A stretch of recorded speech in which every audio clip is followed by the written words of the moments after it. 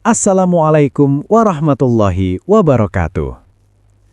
Pernahkah Anda membayangkan sosok yang paling berkuasa di sebuah negeri yang perintahnya adalah hukum, justru duduk di samping Anda di sebuah kedai kopi kumuh atau gang sempit, mendengarkan keluh kesah Anda tanpa Anda sadari? Di bawah kegelapan malam yang menyelimuti kota, seorang pemimpin besar tidak sedang tidur di atas ranjang sutranya.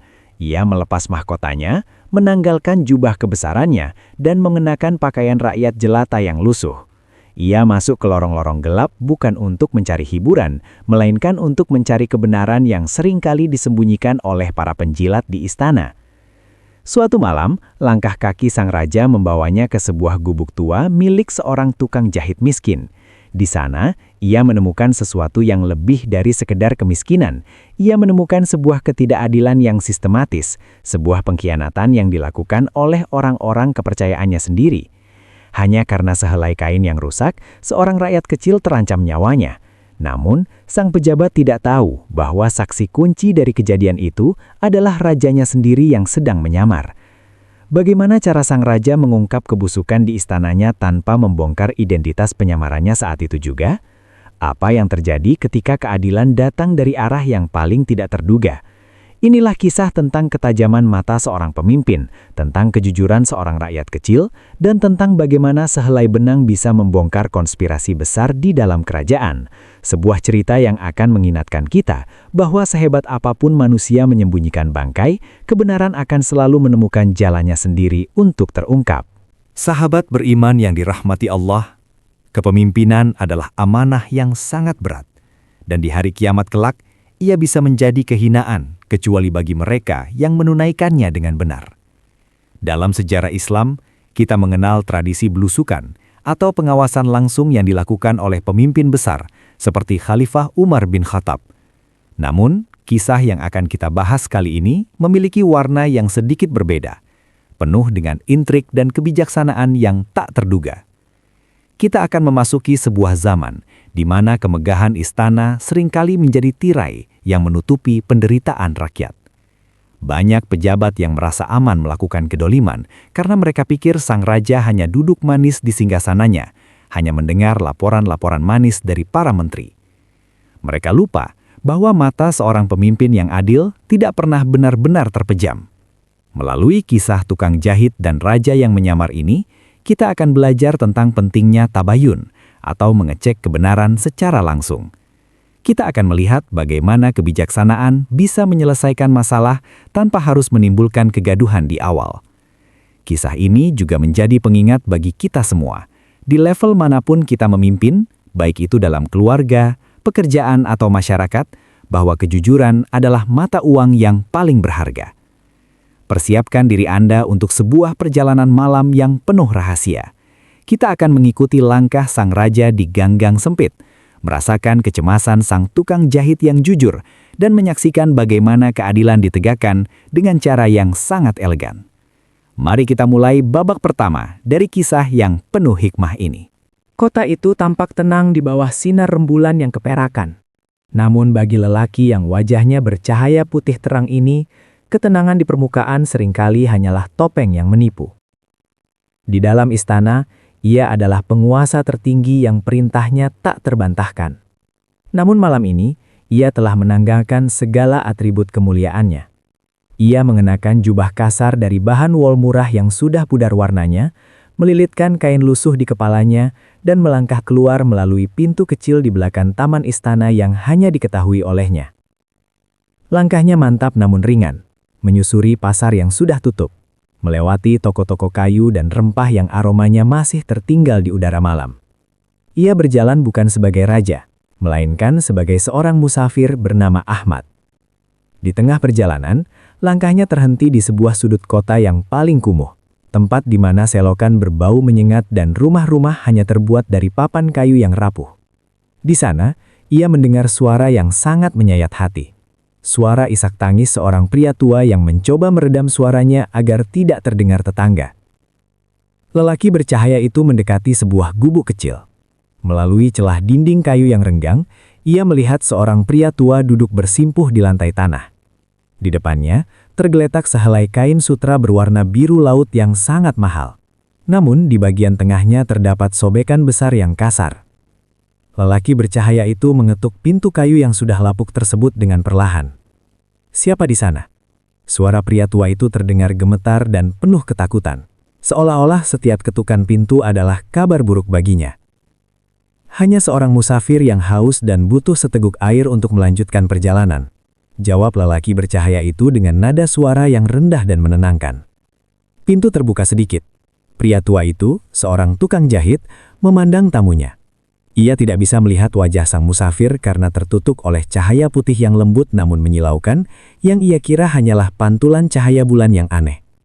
Ia mempersilahkan tamunya masuk ke dalam ruangan yang hanya diterangi oleh sebatang lilin kecil. Tukang jahit itu akhirnya tumpah air matanya.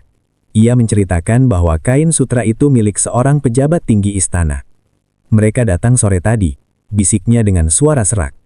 "Pengawal pejabat itu memberikan kain ini untuk dijahit menjadi jubah.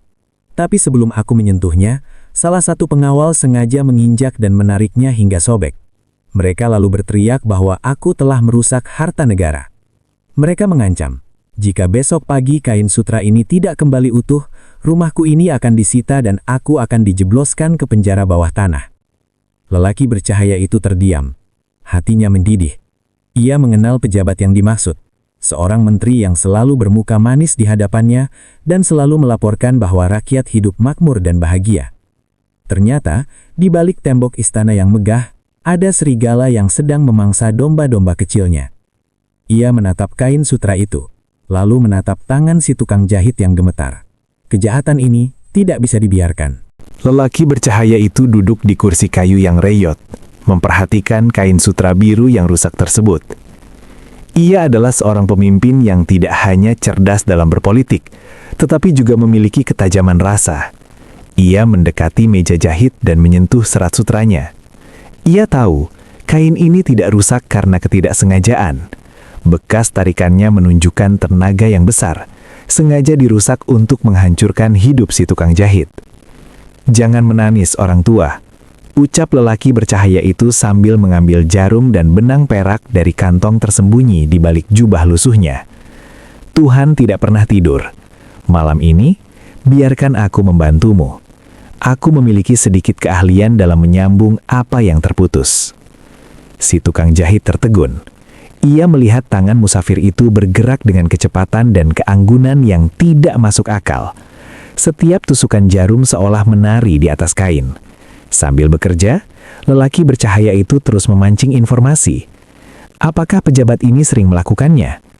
"Sering, Tuan Musafir," jawab si tukang jahit sambil menyika air mata. "Bukan hanya padaku. Tukang roti di ujung jalan harus memberikan separuh dagangannya setiap hari sebagai pajak perlindungan. Pengrajin tembikar di pasar kehilangan tokonya karena dituduh menjual barang cacat. Kami ingin mengadu, tapi siapa yang akan mendengar suara kami? Di istana, raja kita dikelilingi oleh tembok tinggi dan orang-orang bermuka dua. Kami hanya bisa berdoa agar raja tahu apa yang sebenarnya terjadi." Kata-kata itu seperti sembilu yang menyayat hati sang penguasa. Ia sadar, selama ini ia telah menjadi tawanan di istananya sendiri, hanya melihat apa yang ingin diperlihatkan oleh menteri-menterinya. Jahitannya hampir selesai. Ia menggunakan teknik jahitan rahasia kerajaan, sebuah teknik yang hanya diajarkan kepada penjahit khusus keluarga raja. Bekas sobekan itu menghilang, seolah kain itu kembali utuh secara ajaib. Namun, sebelum menyerahkan kain itu, lelaki bercahaya itu menyisipkan satu helai benang emas kecil di bagian dalam lipatan lengan yang membentuk simbol kecil. Sebuah sandi rahasia yang melambangkan keadilan. "Ambillah," katanya. "Besok pagi, serahkan kain ini kepada penjabat itu. Katakan padanya bahwa ini adalah hasil kerja kerasmu semalam suntuk. Jangan katakan apapun tentang pertemuanku denganmu. Percayalah, fajar besok akan membawa perubahan." Musafir itu kemudian bangkit dan melangkah keluar ke kegelapan malam, meninggalkan si tukang jahit yang terpaku melihat kainnya yang kini tampak lebih indah dari sebelumnya. Sang raja berjalan kembali ke istana dengan tekad yang bulat. Ia telah menemukan benang merah kezoliman di negerinya, dan ia tidak akan berhenti sampai seluruh tenunan kejahatan itu terurai. Matahari baru saja terbit, menyinari kubah-kubah istana yang megah. Di ruang sidang utama, sang raja yang wajahnya bercahaya putih terang duduk di singgasananya. Cahaya di wajahnya hari ini tampak lebih tajam, lebih dingin, membuat para menteri yang hadir merasa gelisah tanpa alasan yang jelas. Tak lama kemudian, masuklah pejabat tinggi yang dimaksud, berjalan dengan langkah angkuh dan dada membusung. Di tangannya, ia memegang kain sutra biru yang kemarin. Ia bersujud di depan raja, namun senyum licik tersirat di wajahnya. "Wahai Baginda yang mulia," ucap sang pejabat dengan suara yang dibuat-buat sedih. "Hamba datang membawa kabar tentang kedoliman rakyat kecil. Hamba memberikan kain sutra terbaik milik negara kepada seorang tukang jahit tua untuk diperbaiki. Namun lihatlah, ia justru merusaknya karena kecerobohannya. Hamba memohon izin Baginda untuk menghukum orang itu sebagai pelajaran bagi rakyat lainnya agar tidak meremehkan harta kerajaan." Raja terdiam sejenak. Ruangan itu menjadi sunyi senyap, hanya detak jantung para pejabat yang terdengar. "Bawa kain itu ke hadapanku," perintah raja dengan suara yang menggetarkan ruangan. Sang pejabat menyerahkan kain itu. Raja memegangnya dengan tangan yang semalam memegang jarum jahit. Ia meraba lipatan rahasia itu. Benang emas yang ia hisipkan masih di sana, berbisik tentang kebenaran. Raja kemudian memerintahkan pengawal untuk memanggil si tukang jahit tua ke ruang sidang. Tukang jahit itu masuk dengan tubuh gemetar, wajahnya tertunduk dalam, tidak berani menatap ke depan. Sang pejabat membentaknya, "Berlututlah, akui kesalahanmu di depan raja." Namun raja mengangkat tangannya. "Diamlah, menteri," ucap raja dingin. "Biarkan aku yang bertanya. Wahai tukang jahit, benarkah kau merusak kain ini?" Si tukang jahit menjawab dengan suara lirih, "Ampun Baginda, hamba mengerjakannya semalam suntuk dengan sekuat tenaga hamba." Raja berdiri dari singgasananya, membawa kain itu dan mendekati si menteri. "Menteri, kau bilang kain ini dirusak olehnya. Tapi mataku melihat jahitan ini sangat sempurna. Bahkan jahitan ini menggunakan teknik yang hanya diketahui oleh penjahit istana. Bagaimana mungkin seorang tukang jahit miskin bisa melakukan ini?" Sang menteri mulai berkeringat dingin. Mungkin dia mencuri rahasia istana, Baginda." Raja tertawa, sebuah tawa yang tidak mengandung kegembiraan. "Atau mungkin, Menteri, kain ini memang sengaja dirusak oleh pengawalmu, lalu seorang musafir datang membantu si tukang jahit ini di kegelapan malam." Seluruh ruangan tersentak. Sang menteri memandang raja dengan tatapan tidak percaya. Bagaimana raja bisa tahu apa yang terjadi di gubuk kumuh itu di tengah malam? "Cukup!" teriak raja. Ia membalikan kain sutra itu dan menarik sehelai benang emas di lipatan rahasia. Seketika, jahitan itu terbuka dan menunjukkan sobekan yang ada di baliknya. "Lihatlah sobekan ini," seratnya tertarik keluar secara paksa. "Ini bukan kesalahan jarum. Ini adalah tarikan tangan yang sengaja ingin merusak." Raja menatap tajam ke arah pejabat tersebut. Meskipun wajahnya tertutup cahaya putih, tekanan aura keadilannya membuat sang pejabat jatuh berlutut hingga lututnya menghantam lantai batu. "Kau pikir aku hanya duduk di sini mendengarkan laporan manismu? Telingaku telah mendengar tangisan rakyatmu semalam. Mataku telah melihat kemiskinan yang kau ciptakan demi memperkaya dirimu sendiri." Saat itu juga, raja memerintahkan pengawal untuk menggeledah rumah sang pejabat. Tidak butuh waktu lama, mereka menemukan tumpukan harta, kain-kain mahal, dan surat-surat penyitaan tanah rakyat yang dilakukan secara ilegal. Skandal korupsi yang selama ini tertutup rapat, kini meledak di tengah ruang sidang. Satu persatu, pejabat lain yang terlibat mulai gemetar. Sang menteri mencoba memohon ampun. "Baginda, hamba telah mengabdi lama." "Pengabdianmu adalah pengkhianatan," sahut raja. "Kau memakan harta dari piring mereka yang kelaparan. Kau membangun istanamu di atas air mata para janda dan anak yatim." Raja memberikan putusan final. Sang menteri dicopot dari segala jabatannya, seluruh hartanya disita dan dibagikan kembali kepada rakyat yang pernah dizoliminya. Ia dijebloskan ke penjara agar bisa merasakan dingin dan sempitnya ruangan, persis seperti gubuk rakyat yang ia sita. Si tukang jahit yang jujur itu berdiri dengan air mata mengalir, tidak menyangka bahwa musafir yang membantunya semalam adalah pemimpin tertingginya. Keadilan telah ditegakkan dengan cara yang tak terpikirkan oleh siapapun. Hari-hari setelah persidangan itu, suasana di kerajaan berubah drastis.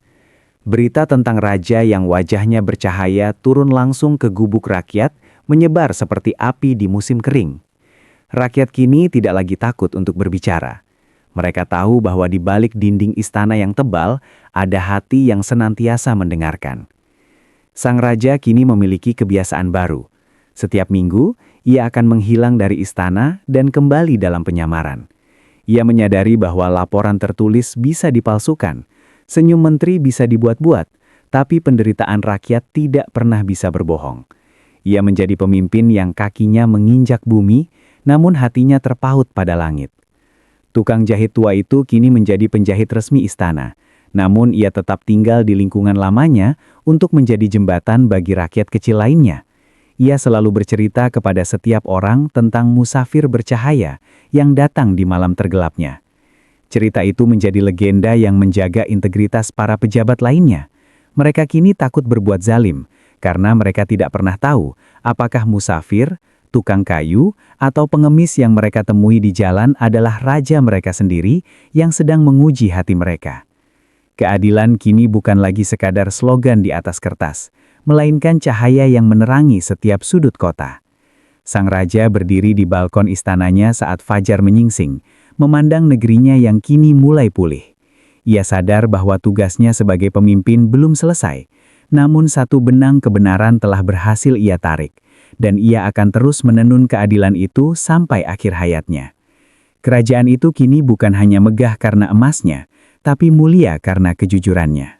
Sahabat beriman yang dirahmati Allah, kisah ini adalah pengingat yang sangat kuat bagi kita semua, bahwa di atas langit masih ada langit, dan di atas penguasa dunia ada penguasa alam semesta yang maha melihat.